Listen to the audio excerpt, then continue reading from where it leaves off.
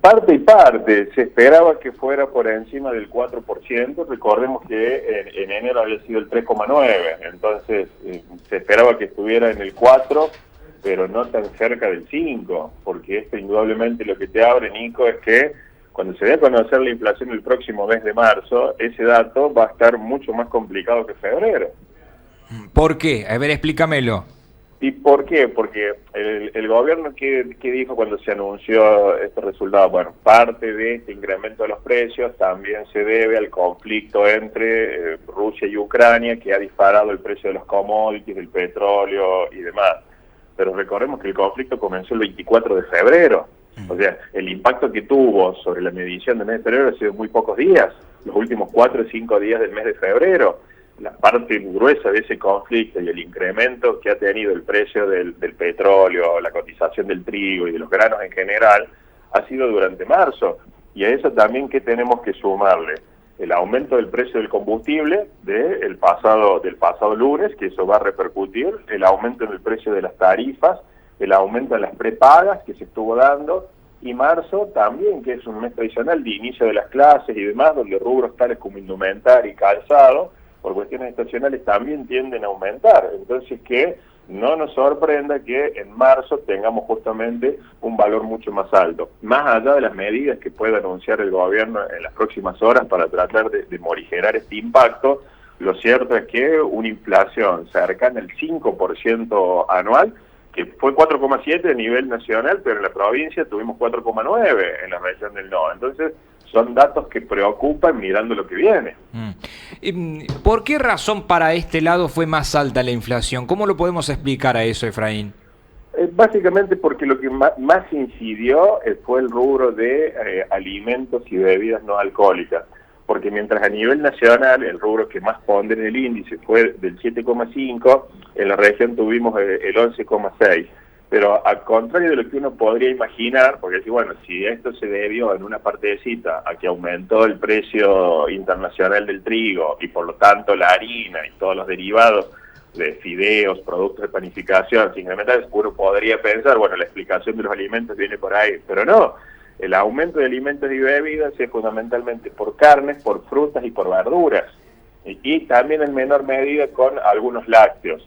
Entonces, eso te representa de por qué acá creció mucho más el rubro de alimentos, y eso te generó unos puntitos por encima del dato a nivel nacional.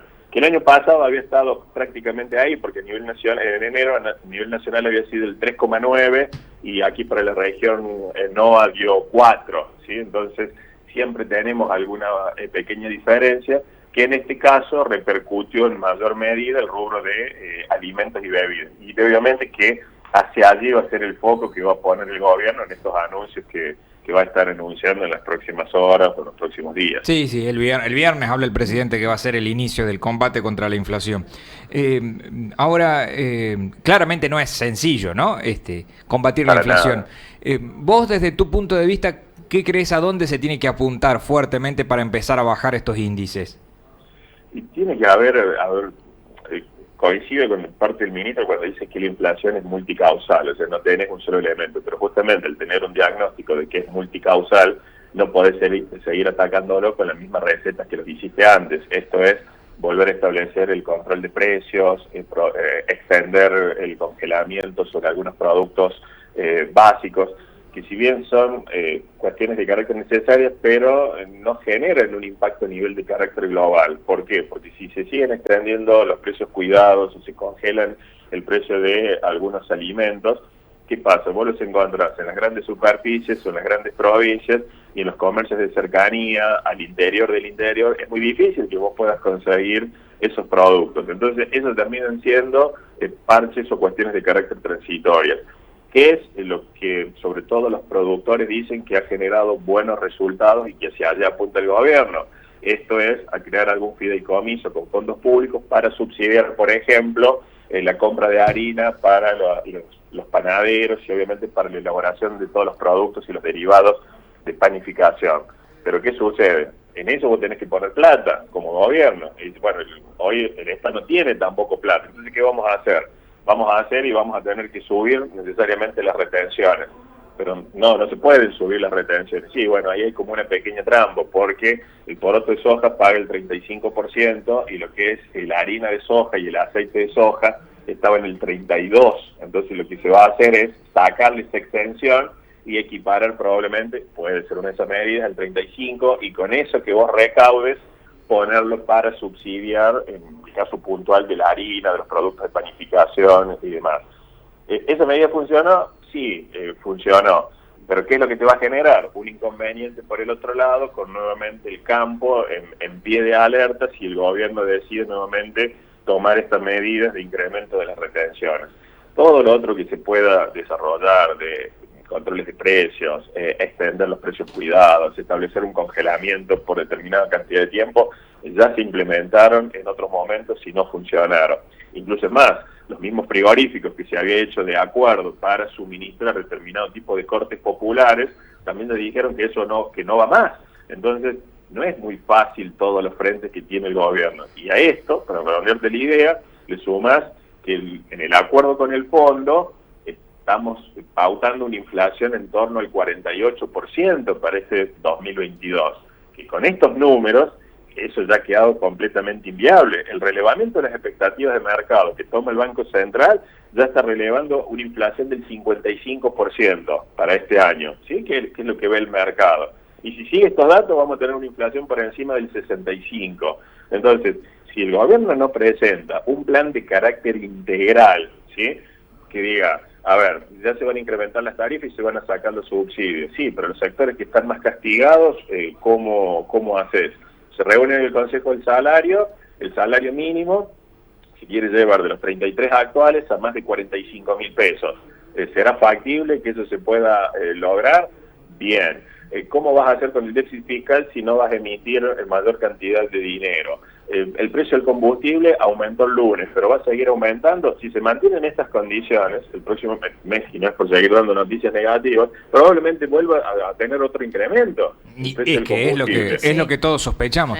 Discúlpame, Efraín, vos me dijiste que si seguimos a este ritmo, la inflación del año va a ser del 65%.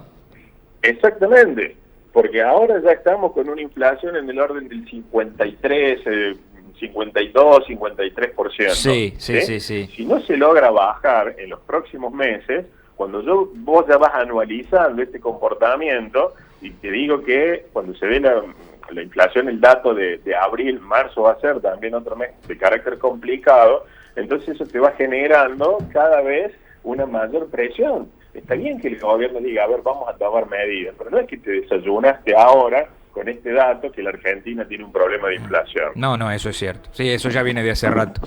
Querido, sí, No, le quería preguntar, escuchaba atentamente y también, escuchaba lo que se dice, ¿no? A nivel nacional, el tema del déficit, digo, principalmente, ¿cuánto representa? Porque nosotros todos decimos, ¿no? El Estado gasta mucho, el tema jubilaciones, ¿cuánto es el ahorro? O por lo menos vos, si nos podés dar una idea del ahorro que tiene que hacer o lo que debería, digamos, mermarle un poco el Estado con subsidios, como decías vos, planes sociales que piden ahora que se aumente, porque obviamente no les alcanza lo que vienen cobrando. Hay más pobreza, claro, hay la más pobreza. inflación. Entonces, el que gana poco, menos le alcanza, entonces necesita que el Estado lo ayude más. Y otra consulta que te quiero hacer con respecto al tema de inflación.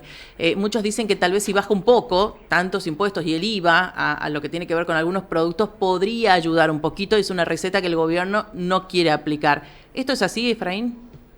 Mira, respecto, empiezo por atrás y vamos después hacia adelante. En esta última, ya se ensayó, ustedes recuerdan el gobierno de Mauricio Macri sí. También cuando se disparó la inflación y hubo también esto de, el reclamo decir, está bien, se saca el IVA de alimentos y después en definitiva, cuando íbamos a consumir determinado tipo de productos, bueno, lo que veía es que el producto en la góndola efectivamente haya bajado, ¿sí? ¿Por qué? Por las cadenas de intermediarios que vos tenés, los problemas que va teniendo Argentina, porque siempre se echa por allí la culpa a ciertos sectores concentrados o las grandes multinacionales, que son las que manejan el abastecimiento de los productos alimenticios en general, y eso es una parte, es cierto, pero vos tenés un sinnúmero de intermediarios en la cadena de suministro que te hace muy difícil, que por más que yo le saque el IVA, eso se va a repercutir inmediatamente porque el precio en góndola yo lo voy a poder conseguir más barato. O cuando establezco un acuerdo sobre los cortes populares de carne y demás. es muy difícil que vos puedas encontrar, y vuelvo a repetir esto, en el interior del interior, estas posibilidades o estos acuerdos que con una medida de esta naturaleza eso se traslada inmediatamente a los precios.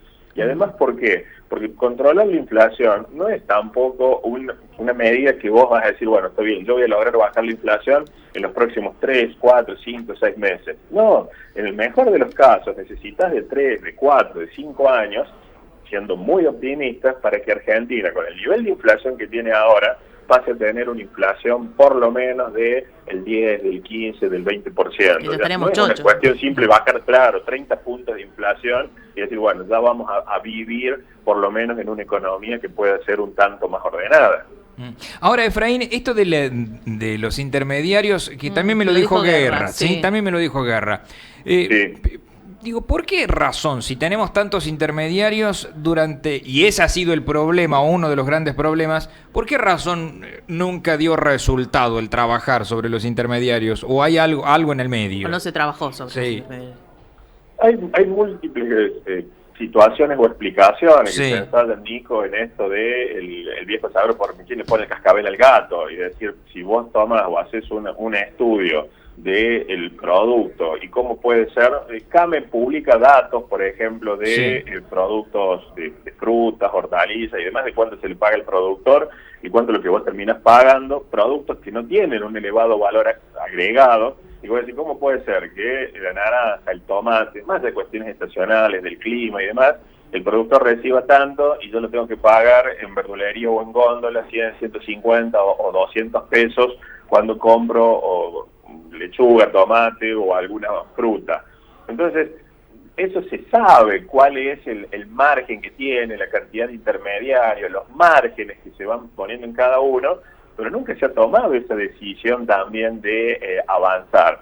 Pero tampoco es echarle la culpa o al comerciante o al intermediario que está ahí en el medio, porque un elemento no menor es la elevada carga impositiva que tienen que soportar. Ahí está. Entonces, ese es un punto claro, que quería marcar, Efraín. No solamente el costo, si vos tenés el costo laboral, sino también la carga impositiva. Claro, si vos tenés una carga impositiva, pongámosle el IVA, el 21%, y le sacás 10 a ese IVA 21%, y debería bajar un 10 el valor del producto, por matemática pura, ¿sí? Y claro, pero lo que pasa es que no es tan lineal, porque porque vos decís en un contexto que yo le bajo el IVA, pero por contrapartida, los otros costos que va teniendo se le siguen incrementando, entre ellos el costo del flete, el costo del combustible, el costo laboral, nuevamente con la discusión de las paritarias. Entonces, ¿qué es lo que te sucede? Que va terminando que yo te saco, entre comillas, un valor de acá, pero por contrapartida me aumenta de allá. Entonces, cuando el empresario o el intermediario mira su ecuación de rentabilidad, dice, no, está bien, me saco esto, pero me sigue incrementando, me da mayor presión por esto, entonces dejo las cosas como están. Querido Efraín, te mando un abrazo, muchísimas gracias. Gracias, Nico, un placer. Hasta luego, hasta luego. El conflicto de la inflación o el tema de la inflación es tan, pero tan complejo, que uno va notando que cada vez que desde el gobierno se apunta hacia un sector, siempre se apunta hacia el privado, ¿viste? Habla de los intermediarios, nunca hablamos de la emisión monetaria, por ejemplo, ¿sí? Yo se lo pregunté a Efraín, no me lo terminó de